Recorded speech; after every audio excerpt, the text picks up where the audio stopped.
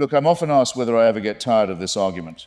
Don't you find it exhausting, they say, to keep debating religious people? And my answer is always the same: absolutely not, because you never know what they're going to say next. But here's what everyone gets wrong about God. They think the argument has moved on. They think we're having a different conversation now because religion comes to us with this smiley face, ingratiating way. We're not so bad, it says. We're tolerant now. We're modern. We're not having a different conversation. Let me put it to you this way. Suppose you read in the newspaper that an opposition leader in Iran said, yes, I want to establish a secular democracy. But without the Ayatollah, I personally would have no reason not to commit murder and rape. What would you think of such a person? You'd think this is a very dangerous individual who should be on a watch list. And yet this is exactly precisely what religious people say to me all the time. Here's what everyone gets wrong. They think the argument is about whether God exists. It isn't. I can't disprove the existence of some cosmic first cause, some deistic prime mover. If you want to believe the cosmos requires an initial spark, fine. That's an assertion without evidence, but it does no particular harm. But then you have all your work ahead of you. You have to demonstrate that this cosmic force cares whether you masturbate, that it has opinions about fabric and food and the day of the week you work. You have to show that this force, which created 100 billion galaxies, is particularly interested in a backward part of the Middle East 2,000 years ago.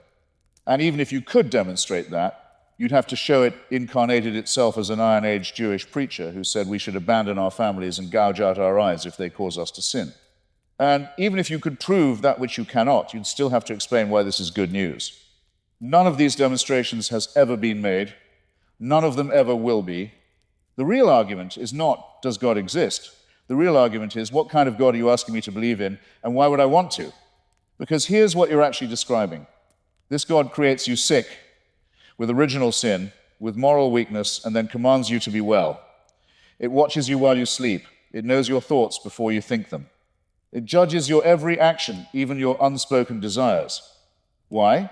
So when you inevitably fail its impossible standards, it can inflict eternal torture. Infinite punishment for finite crimes. After the first billion years of burning, you'd be no closer to the end than when you started. And if you manage through a life of groveling and perpetual fear to avoid this fate, what's your reward? You get to spend eternity in celestial North Korea, forever praising the dear leader, forever prostrating yourself before his throne. This is what they want me to want. What I'm describing is the most perfect tyranny ever conceived. The only difference between this and North Korea is that you can fucking die and leave North Korea. How is this good news? How is this a system of love?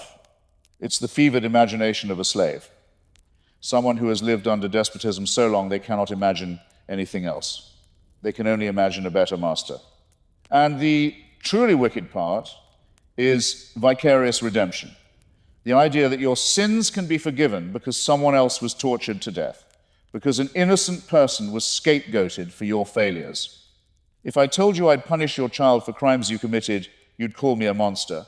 If I said I'd torture an innocent person so I could forgive you, you'd say I was deranged. And yet this human sacrifice is presented as the summit of moral philosophy. It's wicked. It's obvious that it's wicked. So let me ask you, why would an all-powerful God need praise?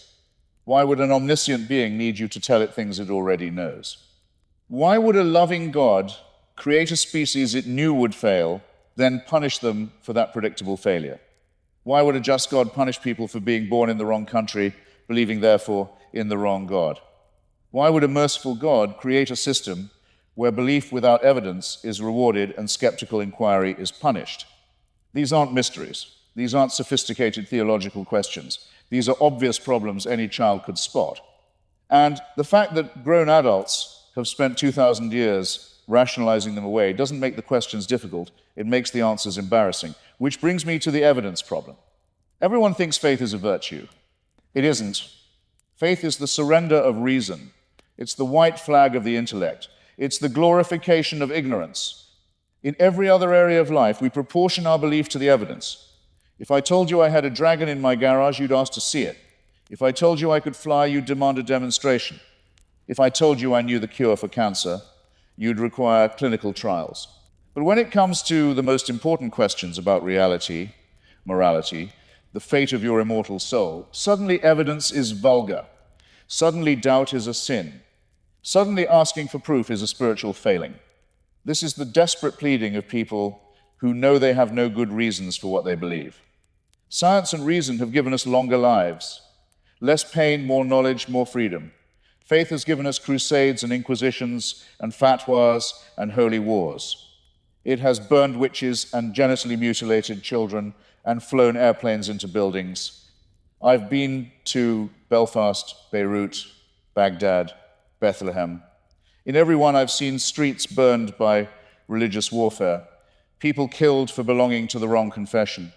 Religion takes a perfectly solvable political problem and makes it holy. It takes questions of land or resources, things that can be negotiated, and transforms them into cosmic battles between good and evil. And once you've made it about God's will, there's no room for compromise. People are dying because of this right now. And the greatest error, they think religion is necessary for morality. It is not. Most religious people are better than their religions. They ignore the parts about stoning adulterers and killing apostates. They quietly discard what's obviously wicked. But here's the question. How do they know which parts to ignore? How do they know slavery is wrong when the Bible endorses it? How do they know women should have equal rights when the holy books treat them as property?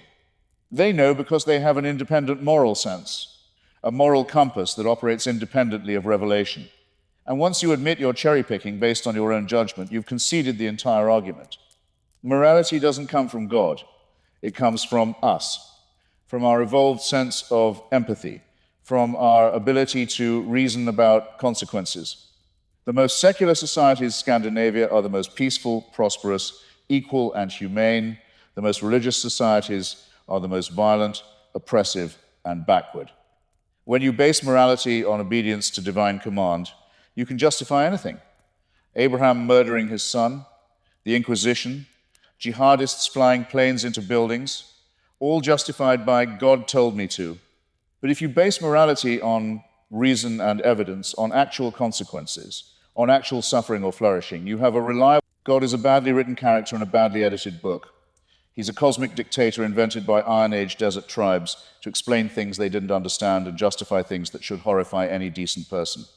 And now, having lost the argument on every single point, science, morality, reason, evidence, religion, wants us to be polite. It wants us to concede that faith is a valid way of knowing things.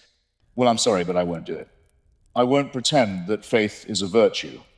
I won't pretend that evidence doesn't matter. I won't pretend that the world wouldn't be better off if we put aside these Bronze Age myths and joined civilization in the 21st century. We have better things to do. We have real problems to solve. We have actual suffering to alleviate. We have a cosmos to explore. We don't need a celestial dictator to tell us how to live. We need reason.